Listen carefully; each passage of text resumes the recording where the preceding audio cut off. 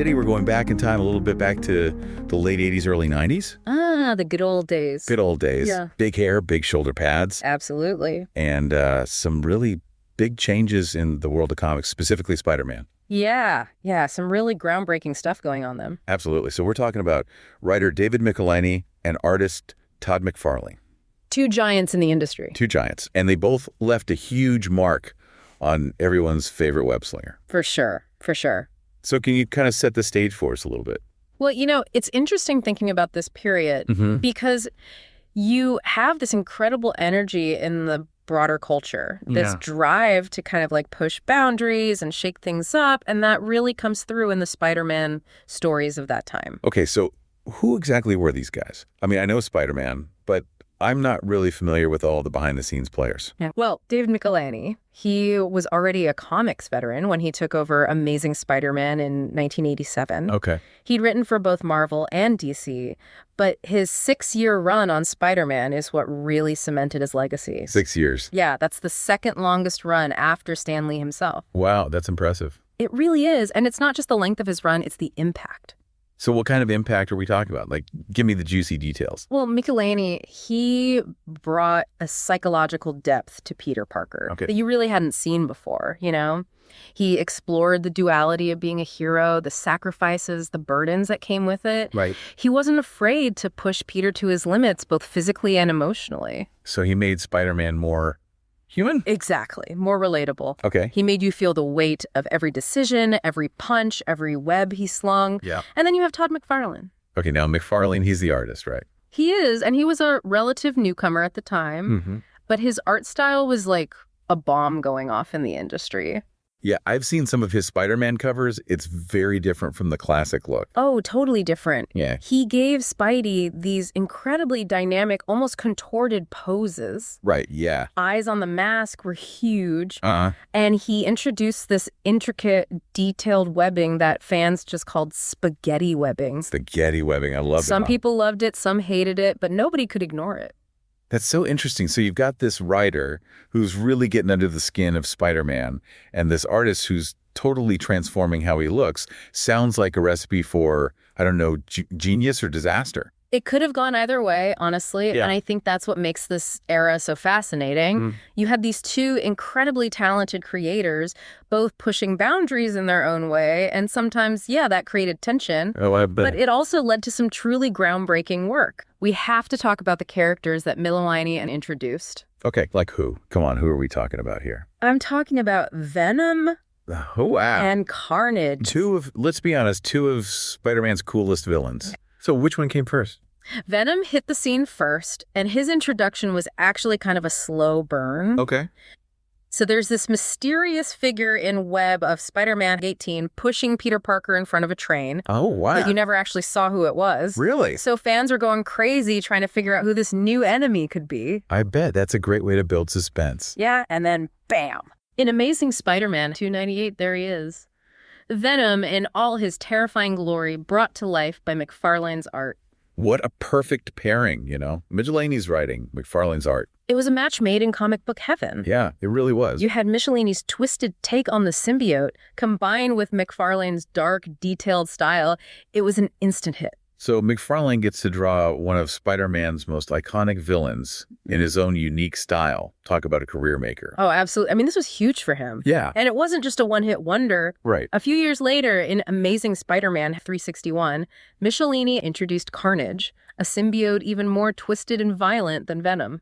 So they just keep up in the ante. Yeah, it was like they were tapping into this darker side of the Spider-Man mythos, and readers couldn't get enough. That's awesome. It really was a wild time. That's amazing. What else did they get up to? Well, let me tell you. It's kind of interesting how both Venom and Carnage reflect this bigger trend in comics at the time. Oh, right? yeah. Okay. Like everyone's into these darker, grittier, anti-hero type characters. Yeah, they weren't your typical villains, trying to take over the city or something. Exactly. They had this depth, a sense of tragedy that made them more compelling than just like evil for the sake of being evil. Yeah, and they could really get under Spidey's skin. Oh, yeah. They challenged his moral code in a way that other villains really didn't. So we've got Michelinie diving deep into Spider-Man's psyche and McFarlane bringing these visually stunning villains to life. Sounds like the perfect creative team. because we're going to take a deep dive into Amazing Spider-Man number 314. Okay. And this one is a classic story. It is. But it takes a real unmerry turn, right in the middle of Christmas Eve. Yeah, you don't really think about Spider-Man and, like, evictions. Right. But that's what happens in this issue. It does. This is 1989. Todd McFarlane's art is, like, super popular at this time. And this issue throws Peter Parker like a real curveball. It's a reminder that even though he's got these superpowers, he can't escape those real-life problems like everybody else. Exactly. He can't escape real life. And the way David Michelinie, the writer, uses this situation, it's just brilliant. Yeah. He really forces Peter to confront, like, his own pride. Aunt May, she immediately offers them a place to stay. Right. But Peter hesitates. Yeah. He doesn't want to have to rely on her. Yeah. He wants to be like the provider and the strong one. Well, and he's got that classic Spider-Man guilt, too. Yes. Always trying to find that balance between his responsibility as Spider-Man and his personal life. It's like the core conflict of Spider-Man. Right. It's always there. Yeah. And it's all playing out, against the backdrop of everything else that's happening in this issue. There's a purse snatching. Sure. There's a holiday heist. Right. Lots of emotional turmoil going on. Yeah, this issue's got it all. Let's talk about that heist for a second. Okay. This security guard, he decides Christmas Eve is the perfect time to rob the place that he works at. I know, right? Talk about irony. It's crazy. This guy, he hires all these fake security guards and, like, gets them to help him steal all the day's earnings while he's, like, pretending to be this loyal employee. And it's happening at the same time as Peter's dealing with this whole eviction crisis. Oh, yeah. Trying to figure out where he and Mary Jane are going to sleep that night. Right. And then, bam, he's got to swing into action as Spider-Man. Michelinie's just weaving these two stories together, and it creates this constant tension. Like, you're turning the page and you're just wondering, like, how's he going to handle his personal life and his superhero duties? And then you've got that twist with the department store Santa. I love that part. Who would have thought that jolly old elf was going to be helping out Spider-Man catch the crooks? It's like a little bit of levity, but it also reminds you that anybody can be a hero. Yeah. Even on Christmas Eve. But even with all of this action, the issue really focuses in on Peter's emotional struggles, too. Oh, for sure. And we see him going to visit Uncle Ben's grave to, like, look for guidance. I mean, it's such a powerful image, especially on Christmas Eve. Yeah. He's at, like, his lowest point, literally asking a tombstone for advice. And the way McFarlane draws it.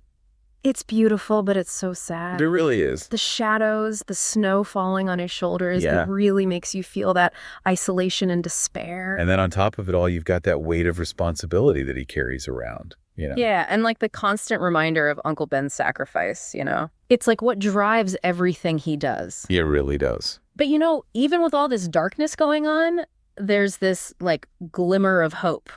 Oh, yeah. Yeah. Tell me more about that. Well, it comes from a very unexpected source. Okay. Aunt May. Really? Yeah, so she reveals that she goes to visit Uncle Ben's grave every Christmas, too. Wow. Just her own little quiet way of honoring his memory. Mm. And it's like this tiny act of love and remembrance, but it becomes a turning point for Peter. It really does. Interesting. Okay. Yeah. So it's like a light bulb goes off for Peter. Huh. He realizes that he's been so caught up in his own pride, like he's missed the whole point. Right. Accepting help isn't weak, It's a strength. It is. Especially when it comes from family. Yeah. And it leads to this really beautiful resolution. Okay. Peter, he finally lets go of his stubbornness. Okay. And he accepts May's offer. Good for him. And they all end up celebrating Christmas together, Oh, that's sweet. It's like a makeshift family finding solace in each other. Yeah, I like that a lot. There's a real warmth to that ending. Yeah, after all the drama and tension that came before, Right. It's a nice little breath of fresh air. It really is, but it also kind of makes me wonder what happens next, Yeah, for sure. Now that they're living with Aunt May, how does that impact Peter's life as Spider-Man? Yeah, that's a good question. It was already hard enough to keep his secret identity, but now there's just another layer added onto it. Yeah, how is he going to sneak out in the middle of the night for patrol? Exactly. Without making Aunt May suspicious. Oh, man, can you imagine? I know. Aunt May waking up in the middle of the night. Oh, yeah. Finding Peter's bed empty, the window wide open. That would be awkward. So awkward. And we can't forget about Mary Jane's little cousin Christy. Oh, that's right. She lives there, too. Yeah, they've got a full house. Wow. So much potential for things to go wrong. Oh, yeah. Both like comedic and dramatic, Totally. One wrong move, one misplaced mask, and Peter's whole world could fall apart. And the way McFarlane draws Spider-Man in this issue, So good. it's just so fluid, so dynamic. You can almost feel that tension, Yeah. as he's swinging through the city. Yeah. His mind's probably racing a mile a minute. It really is a visual reminder that he's always on edge, even when he's trying to relax with his family. I really like that Michelinie doesn't shy away from these issues. Me too. It's one of the things that makes the story feel so real, even after all these years. Like, even superheroes have to worry about paying the rent, Yeah. making ends meet. It just grounds the story Yeah, in a way that a lot of comics don't. definitely. But even with all these challenges going on, there's still that underlying sense of hope, Oh, for sure. the classic Spider-Man spirit. Yeah, like no matter how bad things get, he's always going to find a way to keep going. Exactly. It's one of the reasons why he's so inspiring. Both in the comics and in real life. Definitely. David Michelinie's writing is just so sharp, so witty and emotionally resonant. It really is. And Todd McFarlane's art, it's just iconic, Oh, yeah. His style was so revolutionary when this came out, and it's still influencing people today. Yeah, his Spider-Man is so dynamic and expressive. Yeah. You can practically feel the energy radiating off the page. Together, they created such an unforgettable Spider-Man story. They did. One that really digs into family and responsibility and that never give up attitude. This is a must-read for any Spider-Man fan. It is. It really shows you what comics can do. Right. You know how they can tell these really compelling stories that connect with people, Yeah. no matter how old they are? It's a reminder that even in the middle of the holidays, you can still find heroism and heart.